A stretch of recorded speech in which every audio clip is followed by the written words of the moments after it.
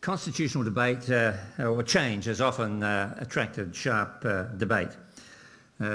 That's evidenced by the debate that surrounded our decision to actually make a constitution back in the 1890s, when Victoria was on the cusp of going to a referendum as a colony to determine whether they would join the Federation and adopt the constitution. There was a newspaper called The Tocsin, which denounced the proposal as a scheme of the conservative riffraff of the continent. And in words that might seem familiar today, the paper said, 1, the people are not ready to federate. 2, they don't know what it means. And 3, their leaders in their newspapers are not brainy enough or honest enough to try to teach them what it means.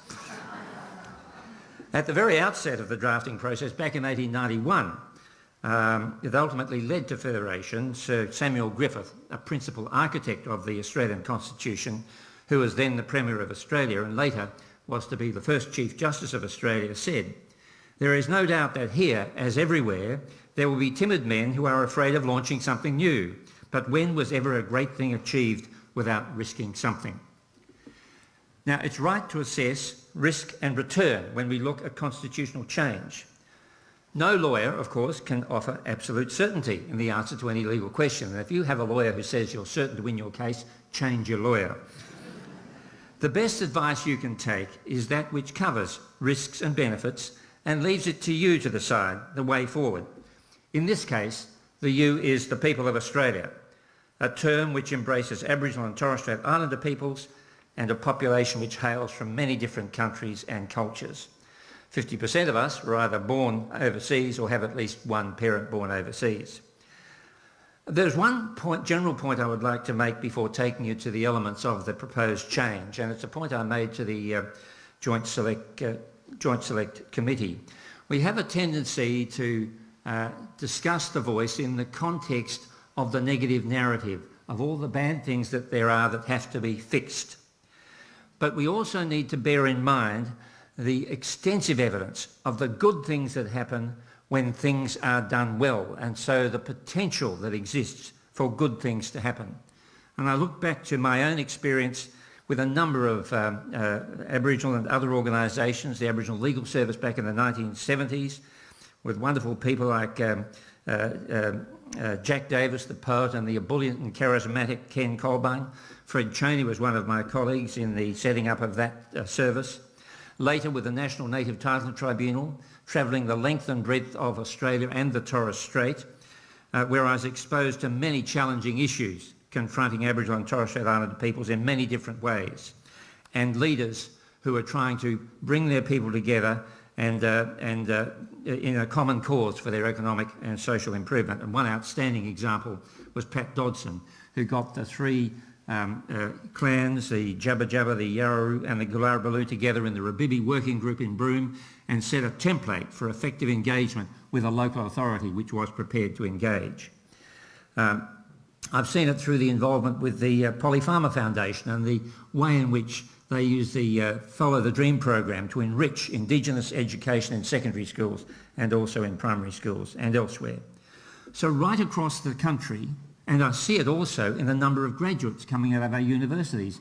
You might be dismayed to know there are 235 Indigenous law graduates. Some people will say that one additional lawyer is one too many, but at the University of Western Australia at the moment we have 246 Aboriginal and Torres Strait Islander students, 22 in the course leading to the degree of Doctor of Medicine and so forth.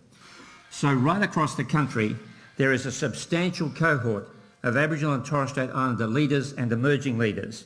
They are closely engaged in their communities, they have skills, experience and knowledge of their communities, and they can be called upon to support and inform the voice. They know how to reflect the urban, regional, rural and remote bodies from which its members might be drawn. The promise of a national voice is that it can take the best from these great human resources and bring their knowledge, wisdom and experience to bear on laws, policies and practices which impact on their people. Now let me turn to the proposed amendment. The proposed amendment is to put in a new chapter in the Constitution which only has one section, and that section is section 129, and it's entitled Aboriginal and Torres Strait Islander Voice. And it begins with a preambular statement of recognition which simply says, in recognition of the Aboriginal and Torres Strait Islander peoples as the first peoples of Australia. So what follows is partly an act of recognition, as well as making that recognition substantive by providing a mechanism. And it says, 1, there shall be a body to be called the Aboriginal and Torres Strait Islander voice. That's the first thing. Secondly, it tells us in paragraph 2 that the Aboriginal and Torres Strait Islander voice may make representations to the Parliament and the Executive Government of the Commonwealth on matters relating to Aboriginal and Torres Strait Islander peoples.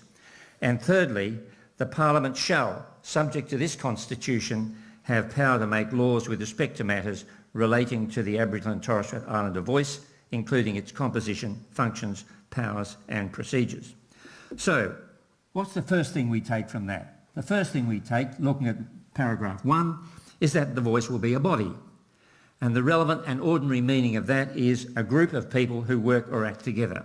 So the only constitutional requirement in relation to the body is that it is to be called the Aboriginal and Torres Strait Islander voice. How it will be made up, how it will be elected, the range of its functions and so forth, that will be a matter for the elected representatives, the Parliament, to determine by legislation. And that will, and people will say the devil is in the detail, and that of course is what you've heard from elements of the no case. But that important detail is detail which will be worked out and ultimately determined by our elected representatives in the full light of day. The functions of the voice are set out in paragraph 2, to make representations. And what that means really is to make official statements directed to the Parliament and the Executive Government of the Commonwealth. They would cover submissions in relation to the Parliament about existing or proposed laws, and in relation to the Executive they would cover things like administrative policies and practices. And many of us know that for many people interfacing with government, the real law in practical terms is what is in the manual that the person behind the desk or on the hotline has in front of them. The so-called soft law, but that soft law can be very, very hard in its operation. And so the administrative policies and practices of the government in their impact upon Aboriginal and Torres Strait Islander people are an essential element of the subject matter upon which they should make representations. Now, importantly, there is no constitutional legal obligation for either the Parliament or the Executive Government to accept or be bound by such submissions or advice. There would, however, be what I have called a high democratic obligation to respect them and take them into account. What do I mean by a high democratic obligation? I mean the moral obligation that arises from the fact that the people of Australia have voted in favour of the establishment of a voice to do just those things. You don't need a legal obligation to give effect to that. The voice may make representation about, quote, matters relating to Aboriginal and Torres Strait Islander peoples. Now that can cover a very broad range of matters. The term relating is a very elastic legal term. But as I've said previously, the limits are not going to be defined by law. They're going to be defined by common sense and political realities. You only have time to do and resources to focus on the things that really matter. And if you expend political capital on tangential issues, then there is a risk that you lose credibility.